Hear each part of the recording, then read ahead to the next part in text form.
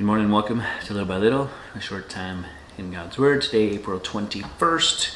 In our readings, we got 1 Samuel 24, Psalms 57, 58, 1 Chronicles 8, and Matthew chapter 8. I'm going to start in 1 Samuel chapter 24 just for a moment, and then we'll probably go over to Matthew chapter 8. 1 Samuel chapter 24, there's an instance where in this season, Saul is chasing after David to kill him. And so he takes 3,000 men, verse 2, and he goes into a cave to relieve himself, it tells us, verse 3. And they were in the back part of the cave, David and his men, and they said, "Here's the day which the Lord said to you, Behold," verse 4, "I will give your enemy into your hand, and you shall do to him as it seems good to you." And David rose and stealthily cut off a corner of Saul's robe. And afterward, David's heart struck him because he had cut off a corner of Saul's robe. And he said to his men, "The Lord forbid that I should do this thing to my Lord, the Lord's anointed, to put out my hand against him, seeing he is the Lord's anointed." So they persuaded the men and didn't permit them to attack Saul. And then Saul left. And so afterward, a little time goes by, they get away. Verse 8, David rose and went out of the cave and called after Saul, "My Lord the king." When Saul looked behind him, David bowed with his face to the earth and paid homage. And David said to Saul, "Why do you listen to the words of men who say, Behold, David seeks your harm? Behold, this day your eyes have seen how the Lord gave you today in my hand in the cave.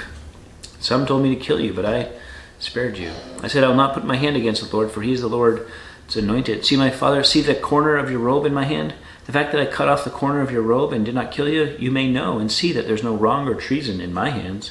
I've not sinned against you, though you hunt to take my life.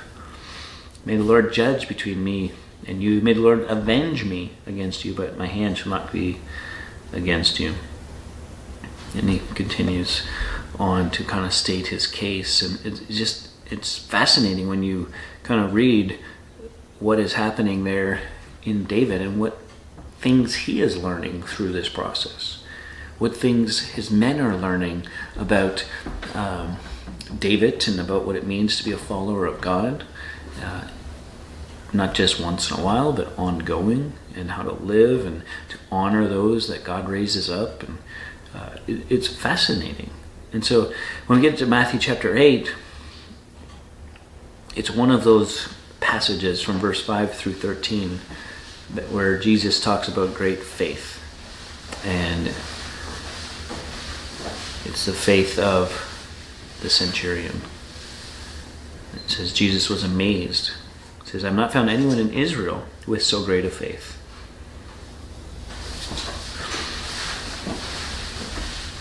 And when it tells us, being Gentiles, is that we can have faith. There's not some club that you have to be a part of, and there's some inner road that, secret society. The door is open.